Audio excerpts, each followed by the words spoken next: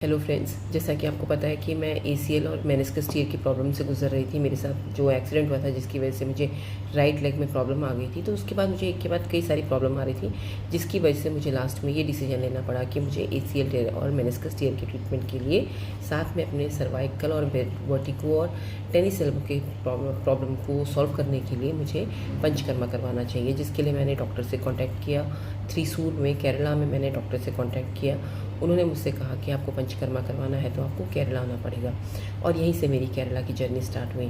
तो मैंने 11 तारीख को अपने घर से मूव किया और 12 को मैं दिल्ली से सुबह की 6:30 बजे की फ़्लाइट लेके केरला पहुंच गई कोची एयरपोर्ट में।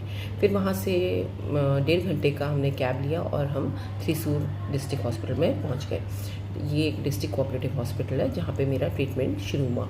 यहाँ आए तो यहाँ का क्लाइमेट और वहाँ का क्लाइमेट, खान पान सब कुछ बहुत डिफरेंट था, जिसके बारे में हम बाद में बात करेंगे कि whether I was able to adjust with the climate over here or the food and all that over here or not.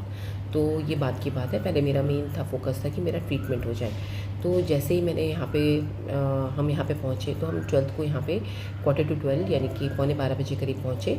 तो यहाँ पे जो सुबह का ट्रीटमेंट का टाइम था वो पूरा हो चुका था, तो मुझे सेकेंड शिफ्ट वाला ट्रीटमेंट करने का मौका मिला। तो it was very surprising and very new for me कि पंचकर्मा कैसे किया जाता है। तो जैसा भी है जो भी है, वो मेरा पहला जो शिफ्ट था, पहला पंचकर्मा का ट्रीटमेंट का प्रोसीजर जो है वो दोपहर के 2:30 बजे शुरू हो चुका था।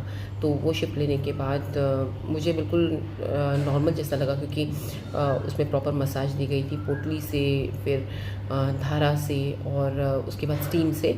तो मुझे ऐसा कोई भी ज़्यादा प्रॉब्लम नहीं हुआ और थोड़ा सा रिलैक्सिंग ही फील हुआ।